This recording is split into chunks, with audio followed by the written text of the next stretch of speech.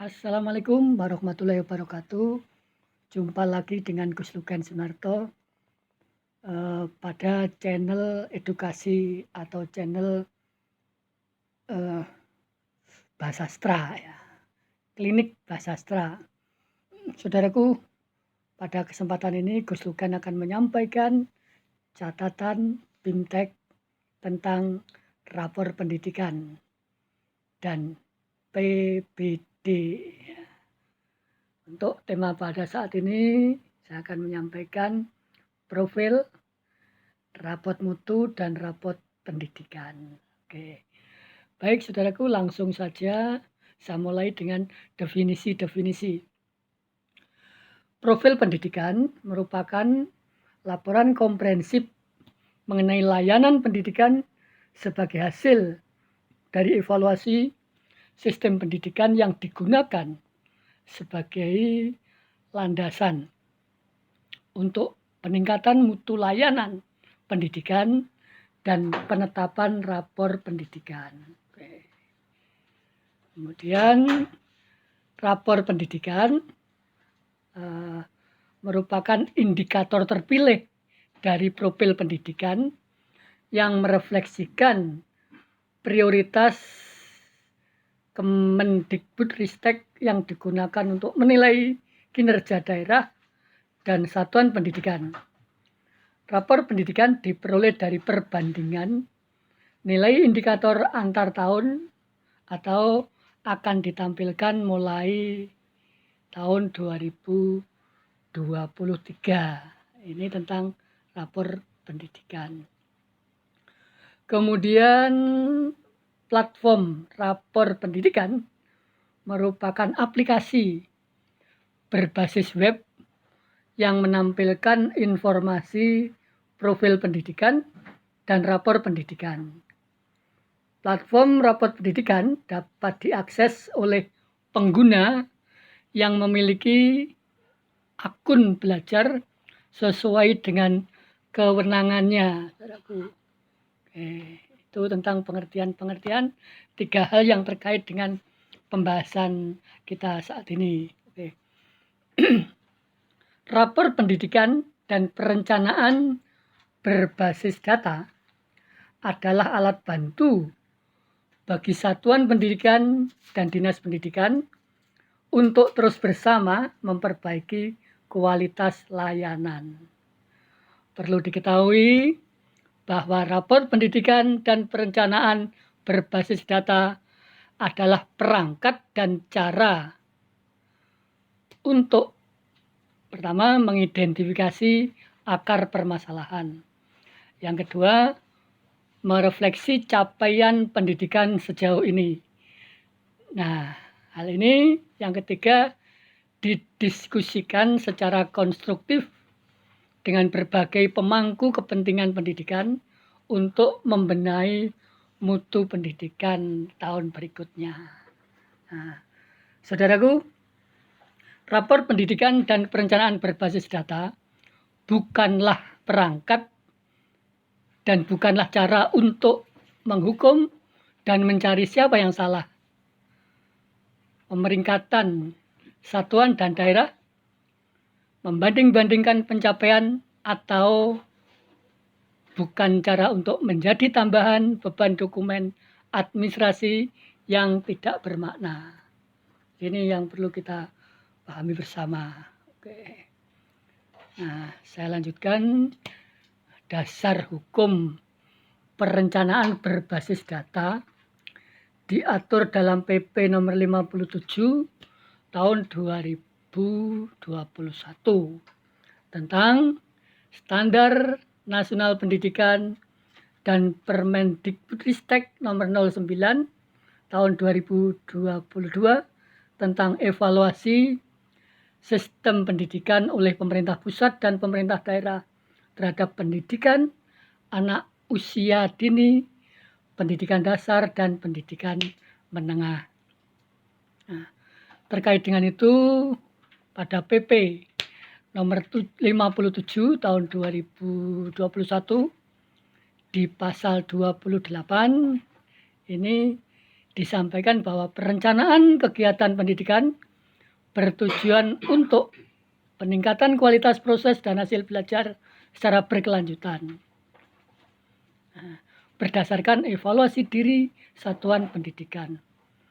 Dan yang kedua, perencanaan kegiatan pendidikan dituangkan dalam rencana kerja jangka pendek dan rencana kerja jangka menengah.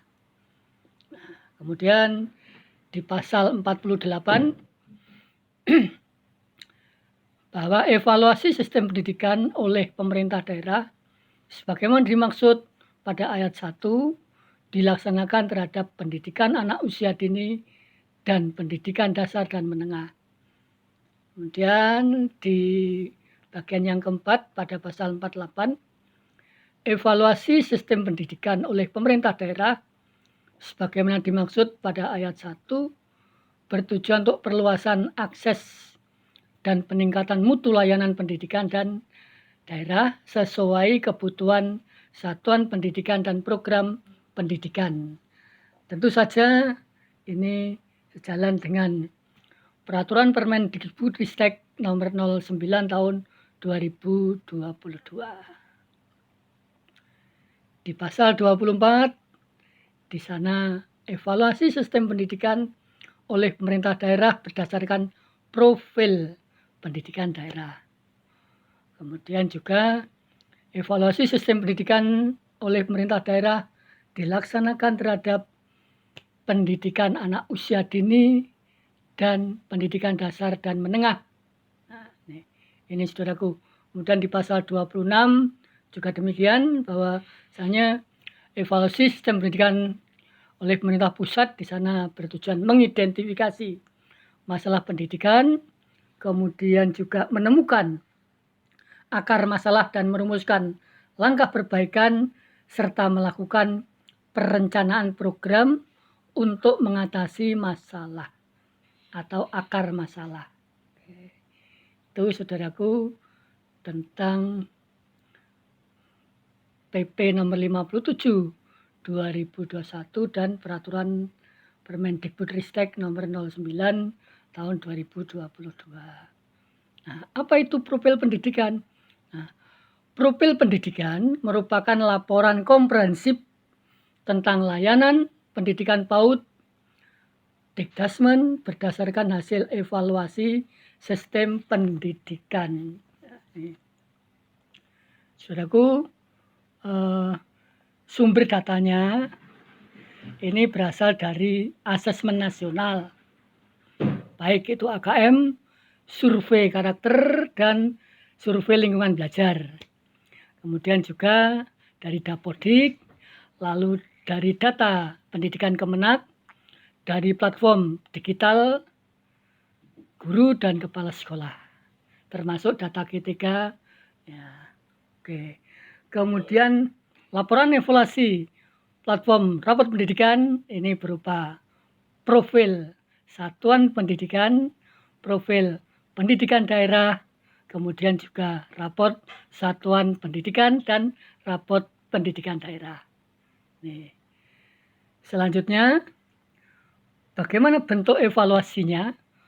Bentuk evaluasinya adalah terdiri dari dua hal. Evaluasi diri internal yang meliputi evaluasi diri satuan pendidikan dan evaluasi diri Pemda. Ini yang bersifat mandiri, bagian siklus perencanaan. Kemudian juga yang kedua adalah evaluasi eksternal yang terdiri dari evaluasi pendidikan daerah, baik itu akreditasi sekolah dan insentif kinerja sekolah. Ini semua bisa digunakan untuk penyusunan. Nah, ini RKAS, RKPD, kemudian SPM dan akreditasi. Ini ada ini untuk penilaian seperti itu, evaluasinya, wujudnya seperti itu. Baik, saudaraku.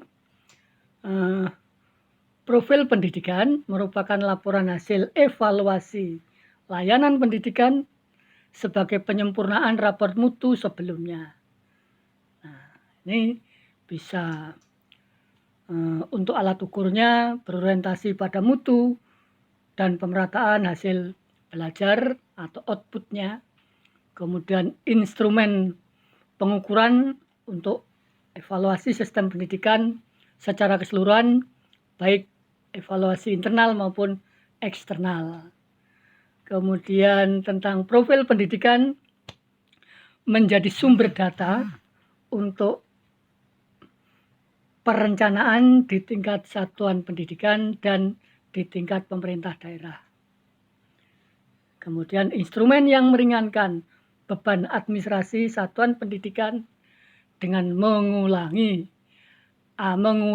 aplikasi beragam dalam proses evaluasi internal dan eksternal. Oke, saudaraku, kita lanjutkan. Profil pendidikan ini juga merupakan laporan hasil evaluasi layanan pendidikan sebagai penyempurnaan raport mutu sebelumnya. Nah, di sana kita masih mengenal 8 standar mutu pendidikan. Nah, kalau kita lihat dari inputnya, ini adalah berangkat dari sejauh mana standar GTK-nya, sejauh mana standar pembiayaannya, dan sejauh mana standar sarprasnya. Kemudian juga kompetensi dan kinerja GTK-nya. Kemudian untuk prosesnya, ini bagaimana standar isinya, bagaimana standar prosesnya, dan bagaimana standar penilaiannya, serta bagaimana standar pengelolaannya dijalankan. Nah, ini kita berhubungan dengan mutu dan relevansi pembelajaran. Begitupun pengelolaan satuan pendidikan yang partisipasif, transparan, dan akuntabel. Oke. Ini prosesnya. Sementara outputnya, hasil yang hendak dicapai adalah standar kompetensi lulusannya, di mana mutu lulusannya harus berimbang dan meningkat. 5 dimensi di bawah ini harus diperhatikan. Mutu dan relevansi hasil belajar peserta didik dan pemerataan pendidikan yang bermutu ini sebagai outputnya. Prosesnya tadi berupa mutu dan relevansi pembelajaran. Kemudian pengelolaan satuan pendidikan yang partisipatif dan akuntabel ini berupa prosesnya. Sementara inputnya adalah kompetensi dan kinerja GTK. Ini semua kalau dijalankan dengan standar yang baik dan benar, maka akan menjadi mutu pendidikan benar-benar bisa meningkat sesuai dengan yang diharapkan. Oke. Bapak Ibu, struktur profil pendidikan dasar, menengah, dan SMK ini gambarannya adalah sebagai berikut ini. Inputnya adalah kualitas sumber daya manusia dan sekolah, terdiri dari kompetensi dan kinerja PTK, kemudian pengelolaan sekolah yang partisipatif, transparan, dan akuntabel, ini ada pada wilayah dimensi C dan E. Sementara prosesnya adalah kualitas proses belajar siswa, ini akan menghasilkan mutu dan relevansi pembelajaran, ini ada pada dimensi D. Sementara untuk output yang diharapkan adalah pencapaian pembelajaran siswa yang berkualitas, ini yang merupakan mutu dan relevansi hasil belajar murid, dan pemerataan pendidikan yang bermutu. Ini ada pada dimensi A dan dimensi B, saudaraku. Ya. Kemudian indikatornya untuk pendidikan dasar dan menengah ada beberapa level yang harus diketahui. Di sini ada indikator level 1 untuk dimensi mutu dan relevansi hasil belajar, maka kita akan menguraikan sejauh mana indikator yang diharapkan tentang kemampuan literasi. Sejauh mana kemampuan literasinya, sejauh mana kemampuan numerasinya. Kemudian indeks karakternya bagaimana. Nah, di sana pada indikator level 1 ada penyerapan lulusan SMK. Kemudian pendapatan lulusan SMK, kompetensi lulusan SMK ini. Nah, kemudian di bagian B, pemerataan pendidikan yang bermutu, ini berupa kesenjangan literasi, kesenjangan numerasi, kemudian kesenjangan karakter, ini masih ada. Nah, kemudian juga APS, SD, MI, dan paket A, SDLB, APK, SMP, APS SMP, dan MTS, ya. Kemudian APK SMA, hanya ada di level daerah. Ini. Kemudian yang biru, ini di level daerah dan satuan pendidikan, yaitu pendapatan lulusan SMK dan kompetensi lulusan SMK. Ini saudaraku tentang indikator Dasmen. Kemudian pada dimensi D, yaitu mutu dan relevasi pembelajaran, ini indikatornya adalah sejauh mana ya kualitas pembelajarannya, refleksi dan perbaikan pembelajaran oleh guru, kepemimpinan instruksional, iklim keamanan sekolah, iklim kesetaraan gender, kemudian iklim kebinekaan, ini sudah berwarna biru, sudah bagus. Kemudian ada kesenjangan iklim keamanan sekolah, masih ada kesenjangan iklim kesetaraan gender, dan masih ada kesenjangan iklim kebinekaan. Ini ada pada level 1. Kemudian khusus iklim inklusivitasnya berupa kesenjangan iklim inklusivitas, kesenjangan fasilitas sekolah antar wilayah, kesenjangan kebersihan sekolah, termasuk sanitasi, kesenjangan bahan dan fasilitas belajar literasi, kesenjangan akses dan fasilitas belajar daring, kemudian pemanfaatan TIK untuk pembelajaran dan link dengan dunia kerja. Ini di level daerah dan satuan pendidikan. Ini saudaraku.